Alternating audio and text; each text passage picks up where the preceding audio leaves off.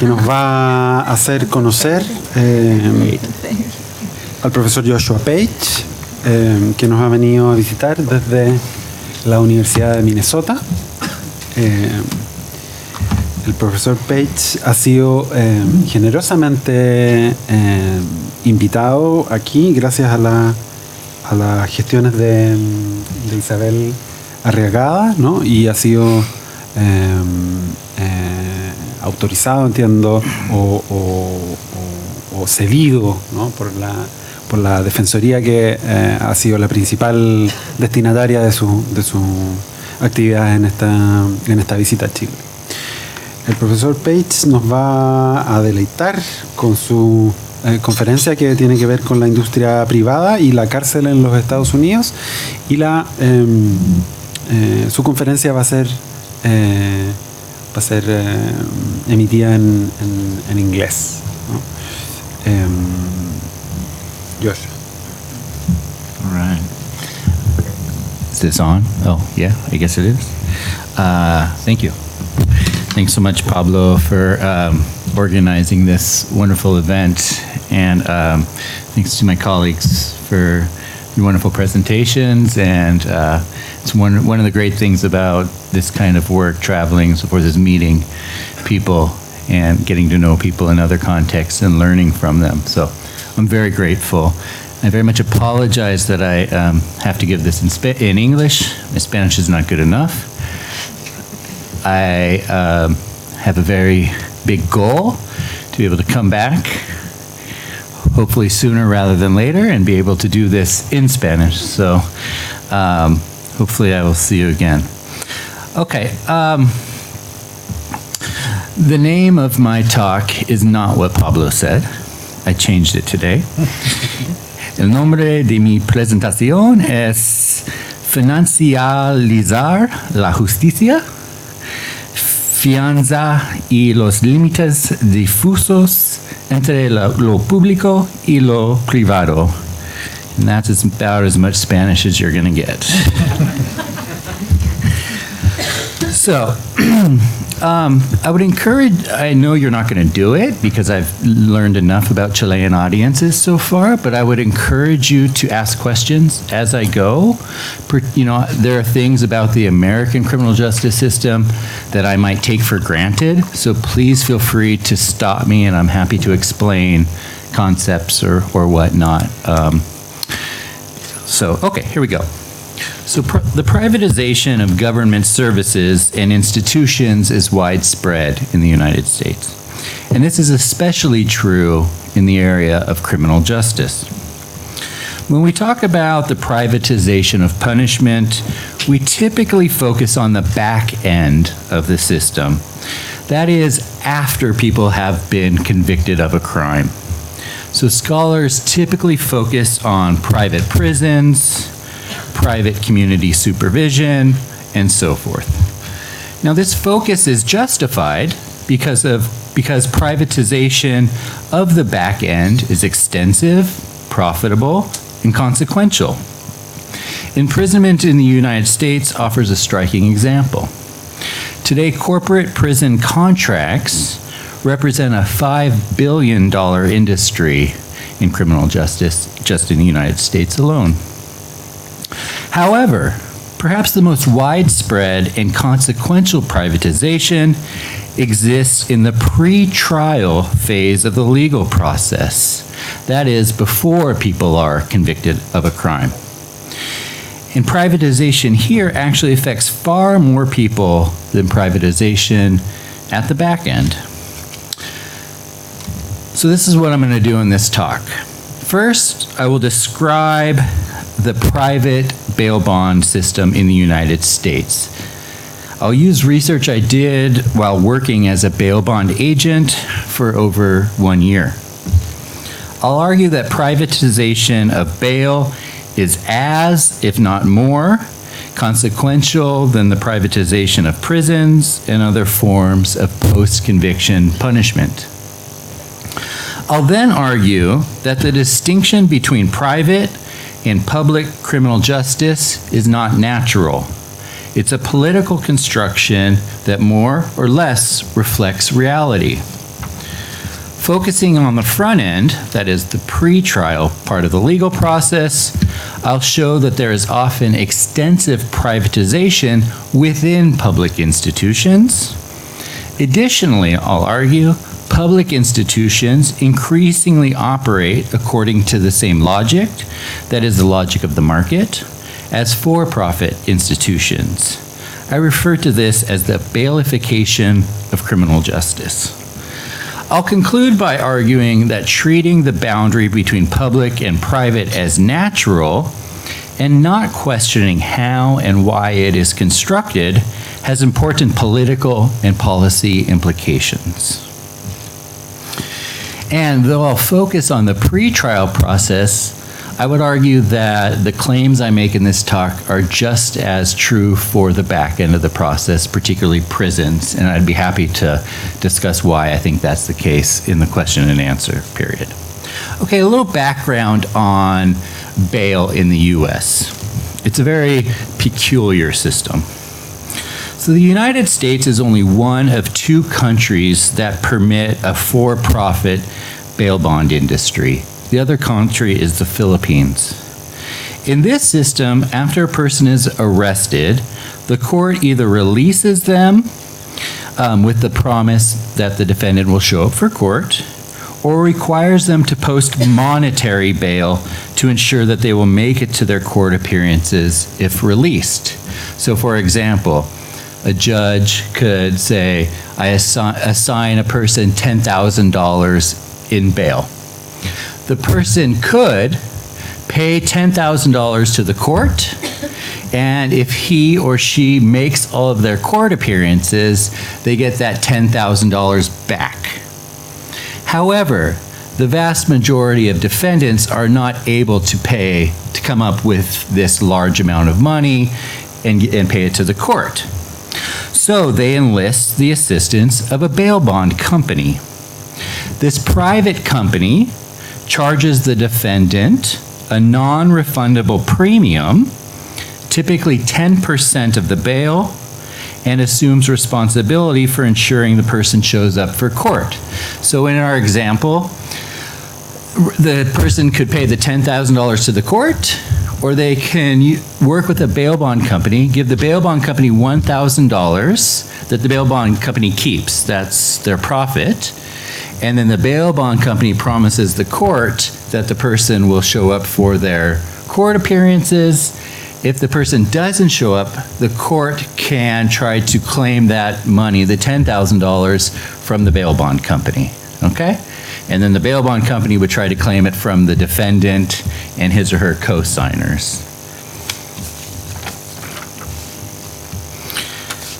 So in recent decades, the penal system and for-profit bail in the United States have grown together and quickly. From 1990 to 2009, judges in large counties assigned monetary bail to a growing number of felony defendants, rising from 53% to 72% of all cases. During the same period, the mean bail amounts were 6%, $61,000, driven mostly by growth among an upper tail of defendants who now face bail payments in the hundreds of thousands of dollars. The growth of bail amounts has contributed to the profitability of the bail industry. It's estimated that bail companies bring in about $2 billion a year from some of America's most disadvantaged families. So to give you a better sense of how bail works in the US, I'm going to provide an example from my research. As I mentioned earlier, I worked as a bail bond agent for over a year conducting research. The company, what I call A-Team Bail Bonds, was and is a well-managed, successful company. As a bondsman, I engaged in the same activities as my coworkers. I solicited business at court, worked daytime and nighttime desk shifts, posted bonds at courthouses throughout the state, and followed up with defendants who missed court or did not make payments. So here's an example. On a late Saturday morning, Joy called the bail office. What would it take to bail her boyfriend out of jail? She wanted to know. Let me stop here. Jail in the United States, in the United States, we have jails and prisons. Jails are where people are housed during the legal process, and then if they have minor sentences, like less than 1 year. If they have 1 year or more, they're sent to prison, okay? So she wanted to know how much it would take to bail her boyfriend out of jail. Rob, the boyfriend, was accused of assaulting Joy, and his bail was $2,400. To secure Rob's release, Joy needed to come up with $240, 10% of the bail, and recruit someone with more secure employment than her own part-time, low-wage job to co-sign for the defendant.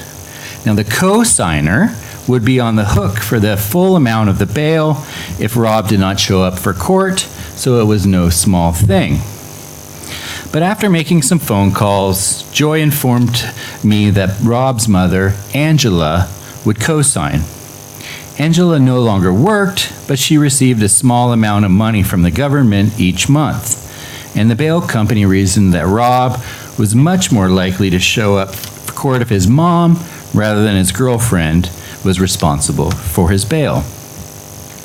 I got in touch with Angela, that is Rob's mom, the defendant's mom, to set her up with co-signer paperwork. Out of habit, more than anything, I asked Angela if she would like the number of a good lawyer. He takes payments, I noted, offering my standard line as I work to hook up my lawyers with referrals. So one of the things that bail agents work closely with private attorneys, and they feed each other business. So one of the jobs of a bail bonds agent is to make referrals to private attorneys in the hope that when they get clients, they will use us to get them out of jail.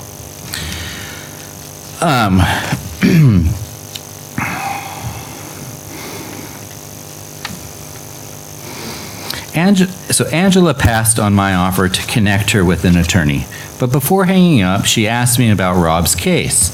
What were the charges? When would he go to court?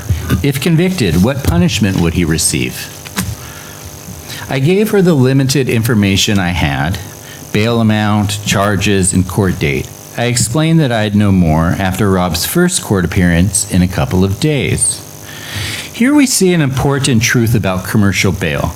Defendants and their families and friends come to rely on bail agents, these private actors, for information and support because they don't have private attorneys and they can't get it from other institutions. They have public defenders, but these public defenders are incredibly overworked, so they often turn to the bail agent to get this kind of help. So part of the reason that bail companies are able to earn profits and claim legitimacy is because they provide important services, particularly informational service, for poor people who can't afford private attorneys. Because Angela lived a few hours away, I emailed her the co-signer paperwork, which she could submit online. Once Angela's paperwork arrived and Joy showed up with the $240 premium, I would walk across the street to the jail and post Rob's bond. Bail cases are often complicated and frustrating, so this one seemed refreshingly straightforward. An hour or so later, Joy's sister, Monique, delivered the cash premium to the bail office. I poured her a cup of coffee, and we chatted for about 20 minutes. Monique was mad at her sister for bailing out Rob. She detested him and resented her sister for allegedly enabling his abusive behavior. After Monique left, I checked on the co-signer application. Seeing it had not arrived, I called Angela, the mother. She apologized. She would need her other son, Rob's brother, to help her access her email, and he was still at work. Not a problem, I said. When my shift ended in the late afternoon, the paperwork still hadn't arrived. By the next day, Sunday, everything had changed. After reviewing Rob's case, a judge had increased the bail to $10,000 and ordered that Rob not be released before a probation violation hearing on Monday. So probation in the United States is an alternative to prison. It's community supervision. So Rob was on probation when he was arrested for this crime. So he had to have a hearing to see if they would he would be violated on probation and sent to prison. So he had to wait for his hearing. I called Angela with the update, explaining a confusing situation as well as I could. Things would be clear after the court appearance on Monday, I told her. Fortunately for Rob, the judge did not revoke his probation during the court appearance. Unfortunately, though, the judge kept the bail at $10,000. The bond premium was now $1,000, well out of the reach of his family and friends. With permission from my bosses, I offered Joy and Angela a deal. Rather than pay the full $1,000 up front, they could put $500 down and spread the remaining amount over 2 months. Depleted and fed up with the court, not with me, Angela, the mom, agreed to the conditions and said her other son would help out. After several days and many phone calls, I finally posted the bond the following afternoon. Rob came to the bail office a couple hours later when he got out of jail to fill out his paperwork. Clearly exhausted, he filled out the papers without reading them. I explained that he and his family were responsible for the full $10,000 if he missed court, and that they still owed $500 on the bond. A couple weeks later, Rob came in to make a payment. As he handed over $150, he asked, I don't get any of this back, do I? He was disappointed but not surprised when I said, no. He was more disappointed when he realized that he would still have 3 more payments to make to the bail company after his case was resolved. In a few days, he would plead guilty to a reduced charge, disorderly conduct rather than domestic assault, and receive more probation rather than prison time. Rob shook his head at the surreal situation, paying bail after his case was closed. He put on his sunglasses, shook my hand, and said with a chuckle, "See you in a couple weeks." So we see here a classic case of outsourcing, the typical way we think of privatization. The state outsources to a private company responsibility for monitoring defendants to the private sector. Businesses then make a profit by doing a task that is a public responsibility in other countries. Now, it's an enormous system that affects millions of people every year, and it extracts incredible wealth from poor communities. For example, a recent study found that over 5 years, bond premiums cost families in the state of Maryland more than $250 million. A study found that those payments were concentrated in Maryland's poorest communities and overwhelmingly paid by Black people, compounding the drain of resources from this already struggling community. Another study found that people arrested in the city of New Orleans in the state of Louisiana in 2015, of the people arrested, nearly 4,900 families paid $4.7 million in non-refundable premiums to for-profit bail companies. Black New Orleans residents were disproportionately impacted and paid 84% of the bail premiums and associated fees in that area. So while working as a bail bond agent, I realized something important. Public institutions or state, I keep almost knocking that over. Public or state legal institutions increasingly operated like the company I worked for. They charge what are called user fees for legal services, extracting resources from primarily the same poor people in order to help fund the government. Such court user fees vary widely between and within states. local governments have wide discretion in terms of what fees to charge and how much to charge. Sociologist Alexis Harris explains, some statutes specifically note that defendants can be assessed the actual court costs and fees related to their prosecution. Some local governments now charge defendants extra fees to exercise the right to a jury trial. In other words, they have to pay in order to have their case go to a trial. And many charge fees for the use of public defenders, which is a constitutional right for poor people in the United States. The application fees for public defenders vary state by state and sometimes vary based on the offense type. But the typical range is $25 to $100. Because these fees are charged for going through the court process, not as punishment for a conviction, they can be collected regardless of the outcome of a case. So a person is charged user fees even if they are judged innocent. Courts then often tack on additional fees if a person is convicted. Many courts also charge user fees for services they mandate for conditional release. So when a person is given bail, so either they're given a non-monetary bail, just sign a piece of paper promising to come back, or if they pay monetary bail, often they get conditions. These conditions could be like having to wear an electronic monitoring device, have to do drug tests, have to check in with a probation officer, and so forth. So increasingly, local governments contract with private firms for electronic surveillance, drug and alcohol testing, and other services. The costs of these procedures are then charged to the defendants, sometimes with an additional increment that goes to the court.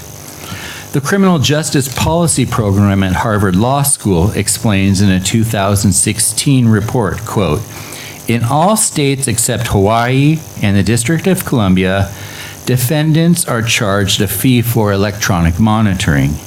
Defendants may also be charged a monthly fee for pretrial services, supervision, drug or alcohol testing, or participation in counseling or other management classes or anger management classes. In some cases, a defendant who is ordered released with conditions like electric monitoring may be forced to wait in jail until he can pay a fee to set up the GPS monitoring, or may be sent back to jail if he cannot continue paying fees.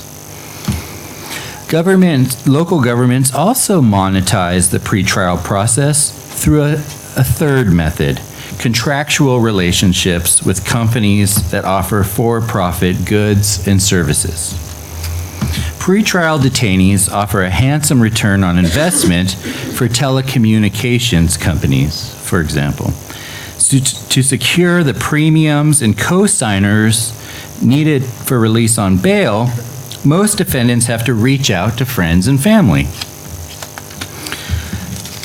Defendants who are denied release or lack the resources to pay for bail rely on calls and visitation to stay connected to people on the outside. They use tablets for entertainment, education, job searches, and interpersonal communications. Contracted telecommunications companies charge fees for all such services, and for the market opportunity, they pay significant commissions to the counties. So they bring in profit from these, for providing these services, and they give part of that profit to the county. So it's both the private company and the county generating income from these service provisions. In this sense, pretrial judicial practices construct the conditions of possibility for corporations and counties to generate considerable revenues from jail-based services. I'm going to skip ahead here through another example. Thus, throughout the pretrial process, public and private actors work as partners to gain resources from defendants and their social networks.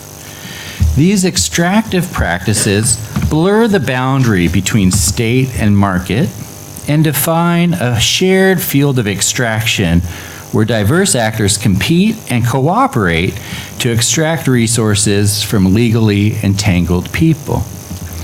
Here we see a key error in liberal critiques of the bail industry that rely on a familiar contrast of corporate profiteering versus government protection. In such accounts, government is implicated in pretrial predation, or resource extraction, mainly through its failure to impose regulations on rapacious business interests. In reality, however, even if reformers eliminated the for-profit bail system, defendants would still face significant financial extraction in the pretrial process. Indeed, defendants could continue to pay fees as conditions of release, and courts could easily start charging user fees to post bail with the court. So let me explain what places often do when they get rid of, and there are a few states that don't have the for-profit bail. What they often do is they have then the defendant pay 10% of the bail to the court rather than to a bail bondsman, and then the defendant will get back that 10% if they show up for court. But in, say for example, in Kentucky, one of the few states that forbids for-profit bail, counties charge defendants a $25 fee to post this 10% with the court.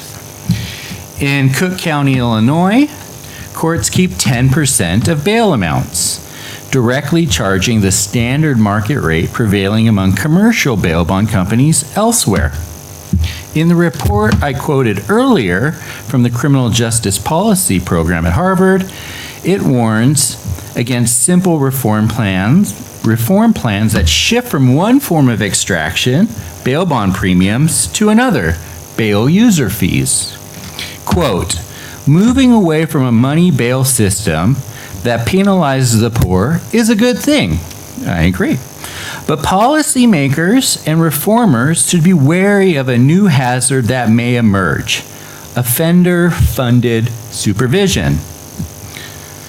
I argue that in key respects, this hazard has already emerged.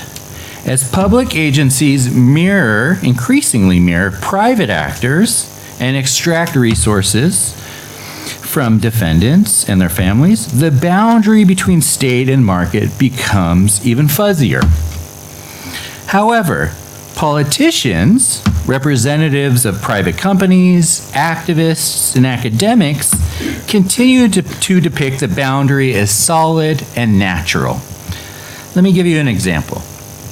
On February 24th, 2016, a legislator in the U.S. Congress introduced the No Money Bail Act of 2016, which would prohibit the federal government from using for-profit bail. In support of the legislation, the president of the main organization that fights against for-profit bail said, quote, money bail inherently discriminates against the poor and removes the decision about actual release from custody from court to profit-motivated entities. For supporters of this bill and bail reform more generally, commercial bail companies, the quote profit-motivated entities, unfairly punish the poor and pervert justice. To rectify these problems, the government and nonprofit organizations, they argue, must take sole responsibility of bail. This framing of public versus private or state versus market is common and largely taken for granted in debates about criminal justice policy. And I think with my little Spanish, I actually think I heard some of the questioners sort of problematizing this natural distinction that we often make.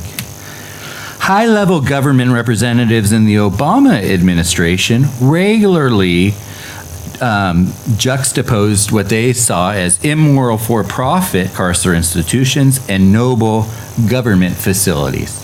And the Trump administration does the opposite. It celebrates the for-profit private industries and denigrates the public sector organizations.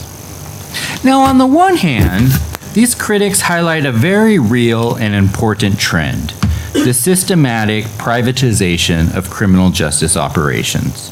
In recent decades, critical institutions such as prison and community supervision have come to look and function much like commercial bail. On the other hand, the public versus private framing misrepresents reality. We see, for example, government institutions, prisons, courts, and probation are filled with commercial goods and services, at least in the United States, as Isabel was saying. Moreover, as we have seen, government actors, like their for-profit counterparts, directly seize resources from disadvantaged populations, and they affirm discourses that render resource extraction legitimate. The bailification of criminal justice in the U.S. is well underway. Now, I want to be clear. I am not arguing that there are no differences between public and private institutions. Whereas public institutions are subject to democratic pressures, private corporations respond primarily to shareholders concerned principally with the bottom line. And while state entities increasingly engage in predatory practices that mirror the private sector, their primary goal is to fund public services, not accumulate profit for its own sake.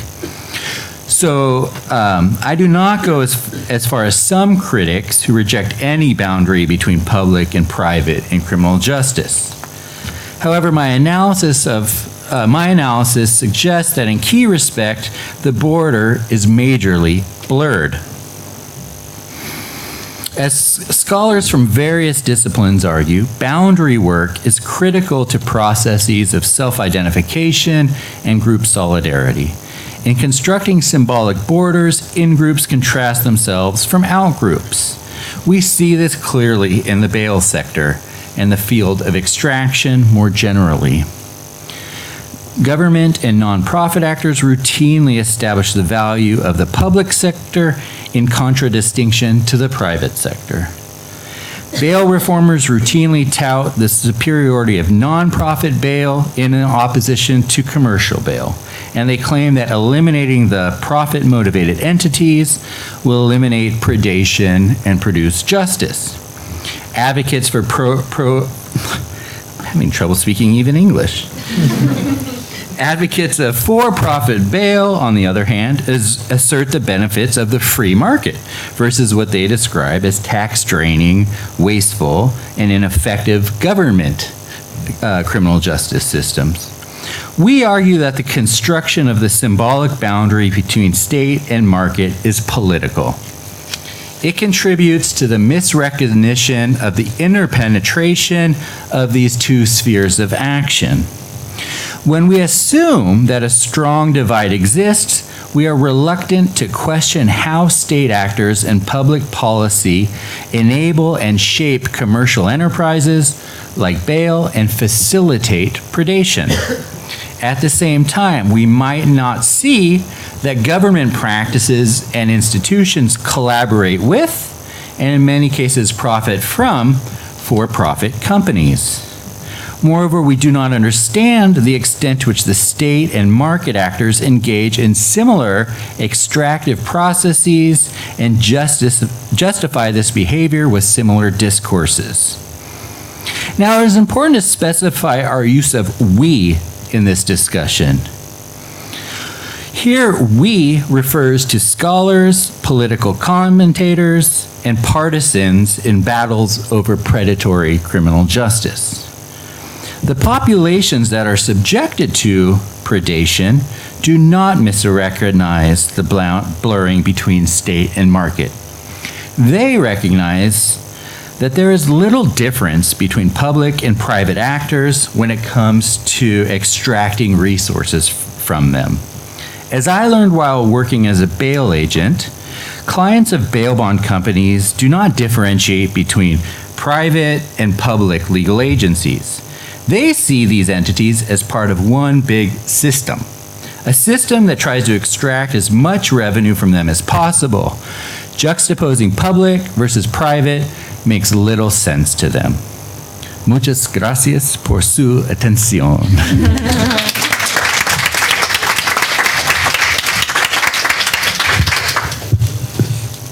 Muchísimas gracias, Joshua. Si hay algún comentario o pregunta, vamos a ofrecer que las hagan en inglés si es que quieren, o si no, es posible que intentemos traducirle la pregunta a Joshua para... Okay. Aquí hay una...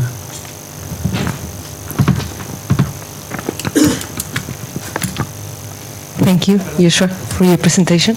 I have two small questions about the criminal justice systems. The ones you said we should interrupt you. Well, I couldn't, but I will do them now. Okay. And then a real question. So, in the United States, can a judge order a person to wait for trial without bail? I mean, for reasons, to wait for trial in jail, I mean. For reasons of dangerousness or other reasons, or there is always bail available for everyone? Then, what would the decision-making factors for a judge to determine the amount of bail would be? I mean, does he has is a discretional decision, or does he has limits on the crime or something like that? And then the justice system in general in the United States, does it consider fees? I mean, not in the criminal justice system. I mean, I understand that it's much worse in the criminal justice system because of the effects you were talking about, but one could understand maybe the logic if in other areas of the justice systems there are fees also for people. Yeah. So that's it. And then what do you think about the judicialization of this issue? I understand the judicialization. When the judges solve this issue. Yeah, but of the constitutionality point. I understand that less than a month ago there was a suit made for a woman, maybe a class action, I think that you took. Oh, sorry. And they are arguing that these bails are unconstitutional. So what do you think that will happen now with this suit in particular and the judicialization of the problem in general? That's all. Oh, sorry. Yes, straight away. Individually, yeah. Yes. Okay. Yeah, great questions. Let me start with just the straight informational ones. So when judges decide bail, there's two factors that judges are allowed to consider. One is flight risk, so whether or not they're likely to come back. So that's typically they consider their connections to the community and whether they've failed to appear in the past. The other is public safety or dangerousness. In practice, dangerousness becomes the main factor, at least based on my research and other people. You asked about what we call preventative detention, whether they can just say, nope, we're not letting you out. So this is actually a state-by-state issue.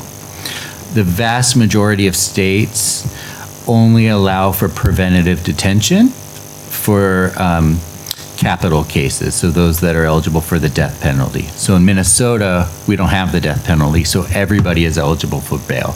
What they try to do in those cases is set bail so high that people can't get out. So they'll say, all right, I'll set a bail at $2 million. But of course, there are some people that can get out, but generally they're sending a message, we don't want this person out. Now, the federal government has their own bail system, and they have preventative detention. But what happens if the judge wants preventative detention, there has to be an adversarial hearing where both the defense and the prosecution provide evidence, which, but most states don't allow for preventative detention.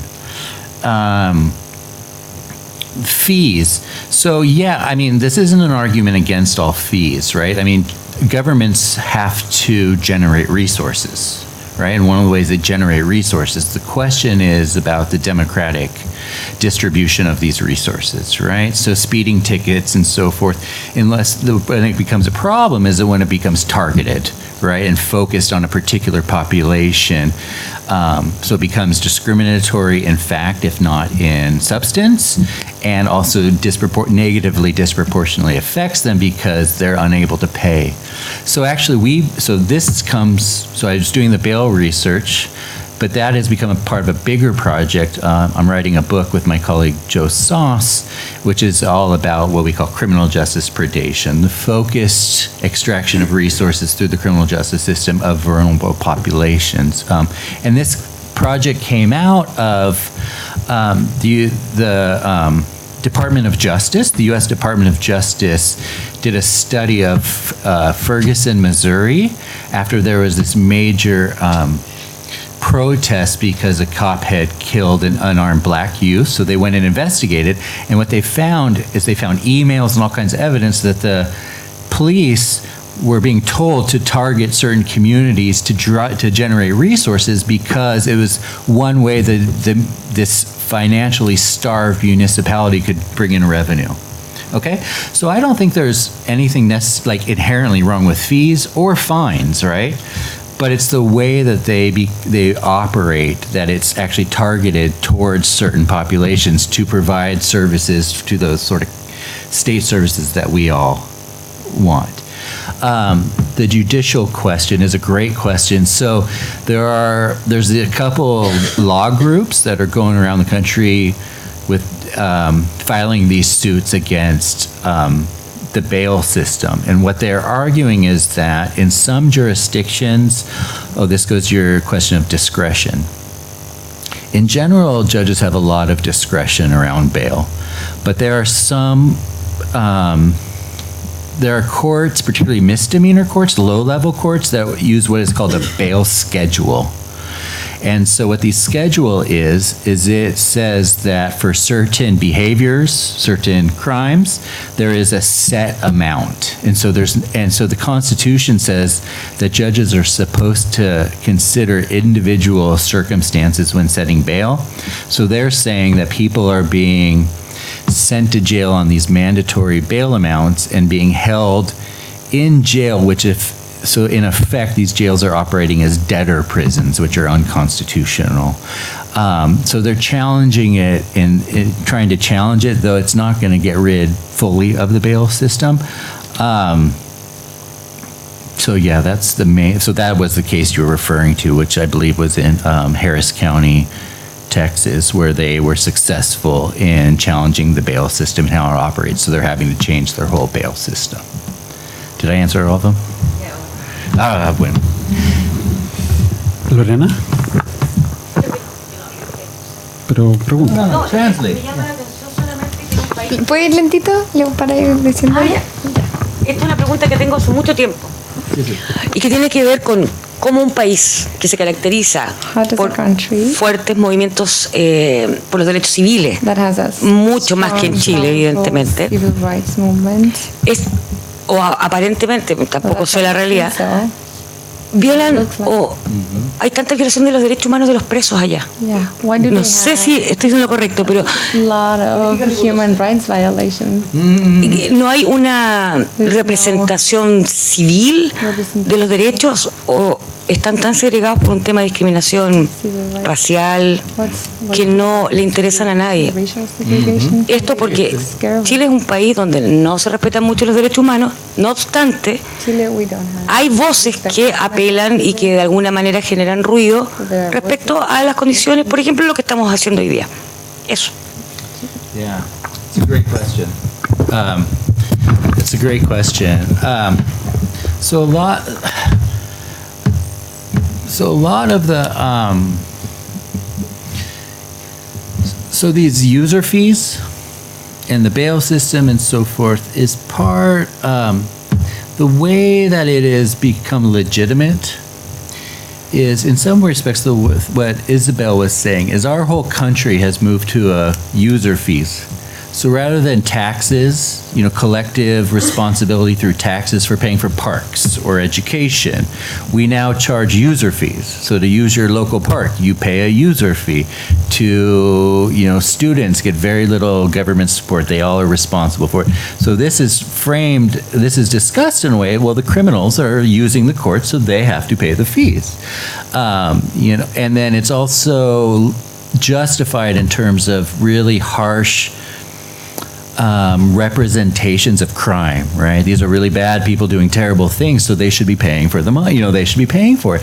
And so there is now some of the protests. We've had a lot of protests in the States in the last few years around police killings. But those protest movements are now including all the things that I talked about, really pushing for changes. And so are these legal groups. But it's taken a lot of time. And it's just now people are starting to realize how huge this system is, and that it's selective targeting. But I think the sort of social movement, civil rights, it hasn't been very organized in the last couple decades. There's been real divisions even when the African American community, and even in the 80s and 90s, they stayed away from criminals and prisoners. It's only in recent years that they've embraced, we need to deal with this system. So I think it's starting. I'm actually quite hopeful. There's a fair amount of sort of resistance to this. But there's also lots of support for it because it has these very, legitimate underpinnings by saying, we're not being mean, we're just having people pay their fair share. But it's people that have very little ability to actually pay. And then what happens is people get in perpetual debt. And if they're shown to be willingly not paying, they can be thrown in prison. So it's really consequential in terms of citizenship rights. But great question, thank you. Okay. ¿Sí? ¿No? ¿Tú? ¿Sí? Sí. Hi. Can you foresee any changes in the bail system with the Trump administration, or in any area that you think it would be interesting to tell us? Sure. In the criminal system or the criminal justice? Thank you. Yeah, thank you. The United States system is very complicated because we have a federalist system. So we have a federal criminal justice system, we have state criminal justice system, we have a local criminal justice system. And so Trump is very much, so there was movement at the federal level towards some reform of bail and of drug sentencing. But the Trump administration has stopped all that. But at the state level, there's still lots of movement for reform, around sentencing laws, particularly around drug laws, we have this terrible problem of violating people on probation and parole, very quickly sending them to prison for violating the conditions of the parole, not committing new crimes. So failing a drug test, all right, then send them to expensive prison. So people are reforming those laws. But the bail reform is happening primarily through the legal system, people challenging it. But California right now is, New Jersey just eliminated the for-profit bail system through legislation. California has legislation pending that would do the same thing, right? But one of the questions I raise here, and one of the things I think is important for academics to do, is just also call into question these reforms. For two reasons I have worries about the reforms. First is that they might shift all these costs into a public system and say we got rid of private, but then they charge for electronic monitoring, for drug testing. They say, Orange County, California is starving for resources. Let's tack on a $25 fee for every person that pays bail, and then oh man, we can make money from this. They raise it to $35, and it keeps going up. The other thing is that judges are very risk averse. They don't like risk. Right. Now there is the illusion, and I know this from working bail, that bail companies are monitoring people when they're out. We never monitored anybody. We didn't care if they get arrested, because if they get arrested, they go to court. But what will happen if they stop setting money bail, my fear is that they will give everyone all these really harsh conditions and basically put everybody on pre-trial probation. And then they will get violated. So I'm a little skeptical of or cautious with some of these reforms. But there is a lot of movement to sort of at least bringing attention to this stuff. But it's a real struggle in the United States right now to make claims that there should be collective public responsibility for things that we hold in common, right? And so the idea is that individuals are responsible, or individual communities. So it's really hard to make that argument that we should have more, we should have a better, more progressive distribution of the tax burden and so forth. It's a really hard argument to make right now in the States. So thanks for the question. Una pregunta más aquí. Excuse my English. Oh, excuse me. I have a little doubt about those fees. Sure. What if the defendant is found not guilty? Yes. Does he have to pay those bills, those fees anyway? And what if he doesn't pay? Yeah. Can he go to jail for not paying the fees? Yes. So if a person is not guilty, they still have the fees. The judge can waive those fees. And it's completely varies county to county, court to court. If the person keeps coming back, so what happens if you don't pay? You'll get come back to court, tell me why, tell me when you can pay. If you do come to court and say, I'm trying, they'll usually give you more time, they might let you off. What happens is people then fear coming to court because they fear that they're going to get arrested, and then they don't show up. And if the judge decides that you are willingly not paying your fees, you can be put in jail. So it's not, then you're not being incarcerated for debt, because that's against the Constitution. You're being incarcerated because you're not listening to a court order, right? So there's lots of discretion, which I sort of, and I saw it when I was working bail. I went to court because we're trying to get people, we were actually trying to meet the family members to try to get them to work with them to bail the people out. And I would watch, and there's judge to judge. One judge,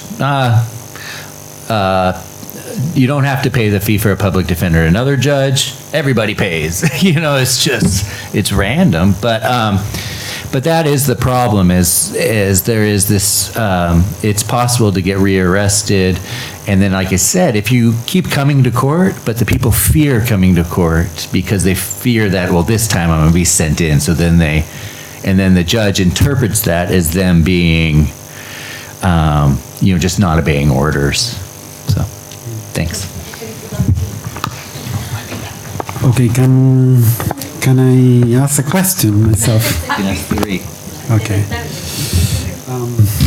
It's a more theoretical question, I guess.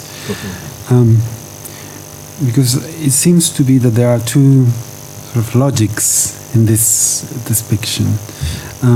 There is the neoliberal logic that everything is desert, yes, right? So you need to pay the fee because you are using something, and under that logic, seems correct that people that commit crimes pay for what they have done, right?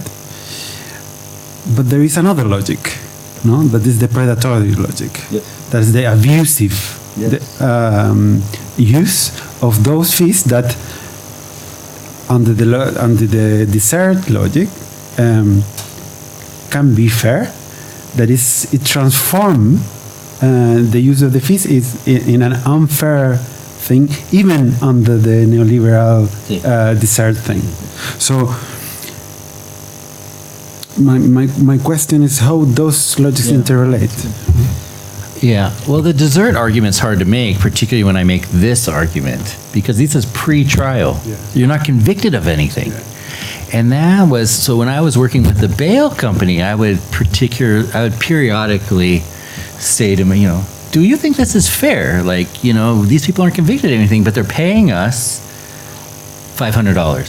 So it's effectively a fine, right, before being punished. And so the desert argument's very hard to make, because we know that pre-trial being brought in is based on a police report, which is it's often very reliable, but often based on conflicting. This is not an adversarial process. So the desert, but I think it's still neoliberal legitimation. So there's several ways. We actually have a book chapter that just is coming out on that theorizes this. Discusses the ways this is neoliberal. One, a lot of the neoliberal deregulation and cutting of the tax base is part of the reason that these local communities are so starved for resources that they become much more predatory, right? You're thinking about local officials who are trying to pay the bills. They have very little control over taxes.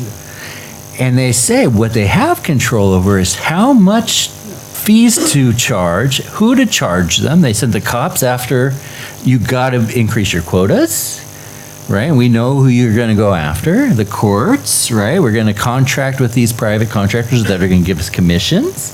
So it's being driven, and then the legitimation is very neoliberal in terms of even if they're not convicted, they're still using, and the user should pay.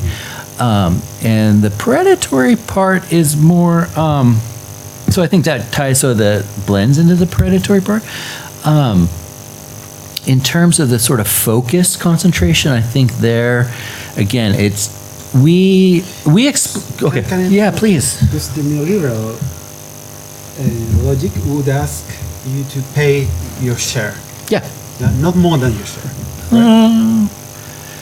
Well, I don't know. I think it would say, unless that what you're thinking in terms of neoliberal is a structural idea that government is cutting funding. Yeah. But it's not like the moral design of the. No. You understand what I mean? Yes.